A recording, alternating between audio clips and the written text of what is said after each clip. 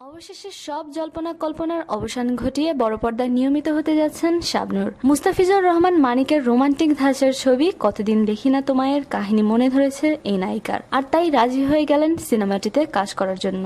আগামী মে মাসেই শুরু হতে যাচ্ছে সিনেমার কাজ। এতে শাবনূরের বিপরীতে নায়ক হিসেবে থাকবেন ফেরদৌস।